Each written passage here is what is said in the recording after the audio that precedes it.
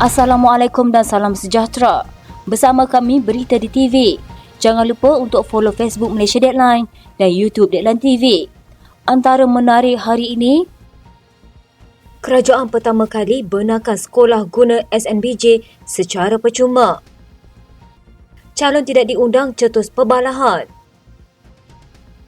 Dulu hina, sekarang Khalid Samad puji UMNO. Ada Raja Songsang dalam DAP susun calon. Menteri Belia dan Sukan Hanayo berkata buat pertama kalinya kerajaan melalui Kementerian Belia dan Sukan membenarkan mana-mana sekolah di negara ini untuk menggunakan Stadium Nasional Bukit Jalil bagi penganjuran Hari Sukan secara percuma.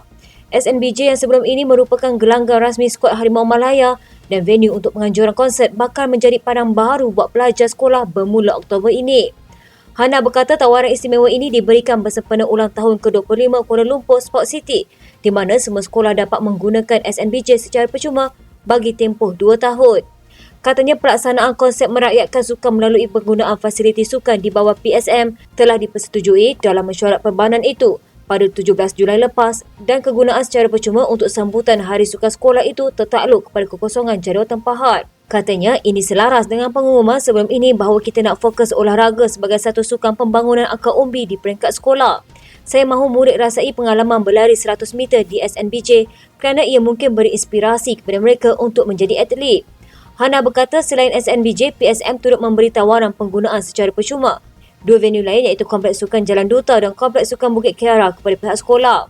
Katanya sebelum ini pihak sekolah perlu bayar dengan kadar diskaun jika mahu gunakan stadium. Jadi selepas ini mereka dijemput membuat tempahan dengan PSM yang dijangka dibuka bermula bulan depan. Beliau berkata syarikat pengeluar makanan berhasrat juga boleh mengiklankan produk mereka sekiranya terdapat Hari Sukan Sekolah di 3 venue tersebut. Mereka boleh bincang dengan PSM mengenai kadar untuk pengiklanan. Sekurang-kurangnya boleh tampung kos tawaran percuma penggunaan venue. Yang di-Pertuan Agong Al-Sultan Abdullah Riayatuddin Al-Mustafa Birachah menzahirkan harapan agar hubungan erat Malaysia-Filipina akan terus dipertingkatkan demi manfaat bersama rakyat dan kedua-dua negara. Dalam titah ucapan pada Majlis Jamuan Negara meraikan Presiden Filipina Ferdinand Marcos Jr. dan isterinya Luis Marcos yang mengadakan lawatan negara ke Malaysia, Al-Sultan Abdullah menganggap Filipina sebagai rakan penting kepada Malaysia, memandangkan kedudukan Filipina berdekatan dengan pembabituan aktif dalam ASEAN. Katanya, dengan aspirasi bersama untuk kemajuan, keamanan dan kemakmuran, kedua-dua negara kita berkongsi banyak persamaan dan hubungan antara rakyat yang erat. Hingga hari ini kita telah berdepan banyak cabaran yang sama, tetapi kita juga telah mencapai lebih banyak lagi bersama-sama. Usaha dan persefahaman bersama adalah penting untuk meningkatkan lagi hubungan erat dan kerjasama baik kita ke tahap baru. Saya harap Malaysia dan Filipina dapat meningkatkan kerjasama dan perkongsian dalam bidang baru dan baru muncul seperti pertanian, ekonomi digital dan industri makanan halal. Al-Sultan Abdullah bertitah pertukaran lawatan peringkat tinggi dalam kalangan pemimpin kedua-dua negara dan antara pegawai kedua-dua negara akan terus menyumbang kepada momentum positif dalam memajukan kepentingan bersama dan menangani cabaran bersama. Seri Paduka bertitah kedua-dua negara mesti terus bekerjasama rapat dalam usaha meningkatkan kestabilan, keselamatan rantau ini serta menjadikan ASEAN sebuah pertubuhan serantau yang dinamik. Katanya, keamanan dan kemajuan bersama hanya boleh dicapai dan dikekalkan melalui kestabilan dan kemakmuran di rantau ini dan dunia secara keseluruhan. Bersama-sama kita akan terus membina masa depan yang lebih cerah untuk rakyat kita dan generasi akan datang, terutamanya ketika kita bakal meraihkan ulang tahun ke-60 hubungan diplomatik kita tahun depan. Pada 2022, Filipina adalah rakan dagang ke-15 terbesar Malaysia di peringkat dunia dan ke-5 terbesar dalam kalangan negara anggota ASEAN dengan jumlah perdagangan sebanyak 41.45 bilion ringgit, iaitu peningkatan sebanyak 20.1% berbanding nilai yang dicatatkan pada 2021.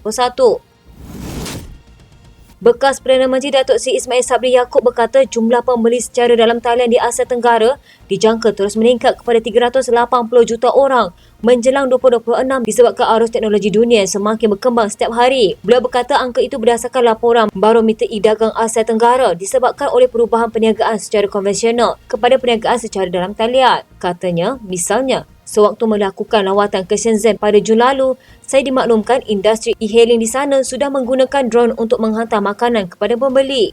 Ini merupakan contoh kemajuan teknologi dalam perniagaan yang akan merevolusikan sistem jual beli pada masa akan datang. Justru Ismail Sabri memaklumkan anugerah itu adalah platform yang baik bagi memastikan lebih banyak syarikat tempatan untuk terus berkembang maju dan bersaing sehingga ke peringkat antarabangsa. Ujar beliau, ia sekaligus menunjukkan kepimpinan dalam sebuah organisasi perlu diperkasakan kerana ia bakal menentukan hala tuju syarikat. Tambahnya, kebanyakan syarikat yang berjaya mempunyai pemimpin bersifat kritis dan kental dalam mendepani cabaran perniagaan kini yang semakin dinamik. Katanya, kita semua tidak dilahirkan untuk menjadi pemimpin yang hebat, tetapi saya yakin pengalaman pahit manis dalam membangunkan perniagaan itu menjadi titik tolak kepada apa yang anda semua telah capai hari ini. Saya percaya anda semua pemain industri tempatan yang banyak memberi sumbangan terhadap ekonomi negara serta membantu meningkatkan taraf hidup masyarakat. Dalam masa sama, beliau memaklumkan pelbagai pelan dan inisiatif telah dilancarkan untuk membantu industri perusahaan tempatan terus diperkasa sewaktu menerajui tampuk pentadbiran kerajaan. Katanya, tujuannya adalah untuk meningkatkan tahap kehidupan pelbagai lapisan masyarakat, terutamanya mereka yang terpinggir dan tercicir daripada arus pembangunan dan program bantuan kerajaan. Ia juga menyediakan penyelesaian sistematik dan inovatif kepada cabaran sosial dan alam sekitar yang mendesak, masa untuk kembali menyumbang kepada masyarakat. Mengulas lanjut, beliau berkata negara sedang berada di fasa pemulihan sekaligus memberi kesan kepada dunia perniagaan global dan tempatan. Katanya, namun diharapkan dengan pengiktirafan menerusi anugerah ini mampu mendorong usahawan untuk terus berdaya saing dan produktif. Saya doakan anda terus berjaya dalam perniagaan yang diusahakan serta terus berbakti kepada ekonomi negara. Kehadiran calon payung terjun yang merujuk calon dibawa dari luar untuk bertanding di satu-satu kawasan pilihan raya mengundang tafsiran berbeza apabila ada yang melihatnya sebagai berisiko. Selain tidak kurang berpendapat, ia mungkin berperanan sebagai game changer atau pengubah haluan dalam undi. Cuma persoalan timbul sejauh mana kehadiran calon dari luar ini mampu memberi kesan kepada pola sokongan pengundi, terutama apabila calon berpengaruh dan dikenali ramai ditampilkan parti atau gabungan politik untuk bertanding.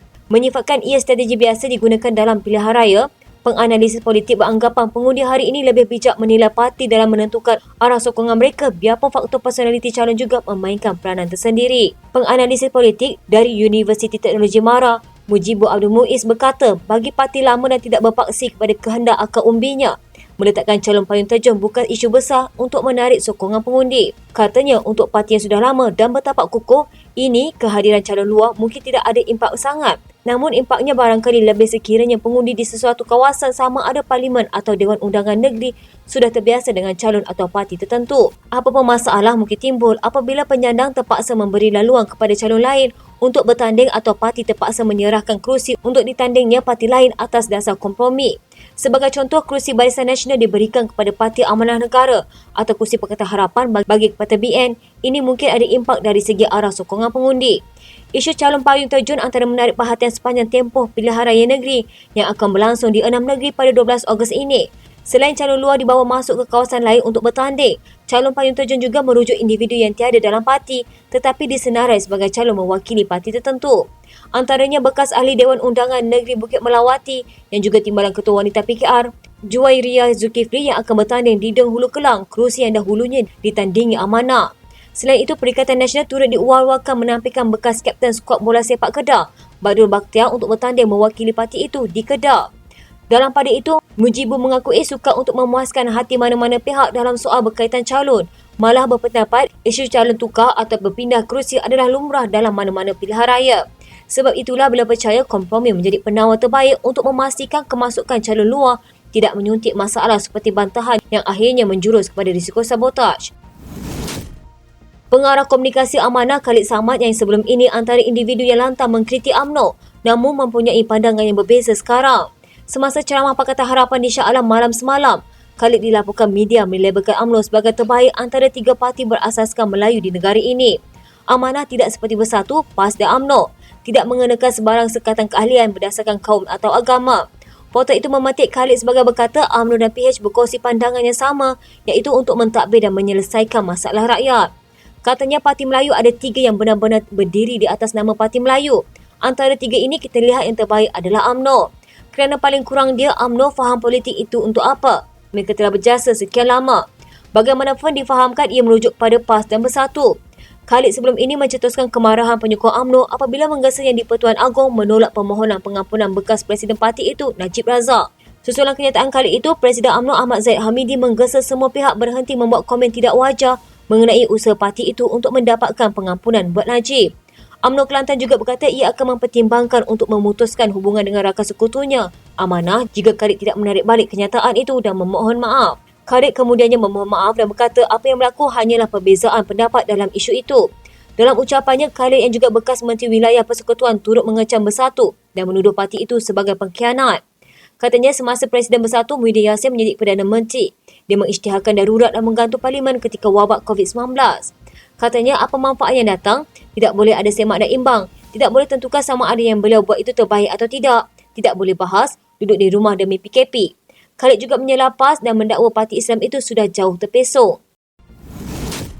Pemimpin DAP Pulau Pinang, Satis Muniandi yang digugurkan sebagai calon pilihan raya memberi amaran berkaitan bahaya maharaja yang menentukan calon di negeri itu. Penyandang Dewan Undangan Negeri Bagan dalam itu juga menyifatkan istilah gelombang hijau hanyalah taktik untuk menakut-nakutkan orang ramai terhadap Perikatan Nasional. Katanya ia hanya buat maharaja bertambah kuat. Kamu tak dapat gelombang hijau, kamu dapat Xi Jinping. Pengkritik Xi Jinping dicap sebagai diktator oleh pengkritik selepas membuat pindaan perlembagaan bagi membolehkannya terus menjadi presiden. Satis tidak menamakan individu itu tetapi menyebut dia sangat berkuasa untuk menentukan calon DAP di Pulau Pinang.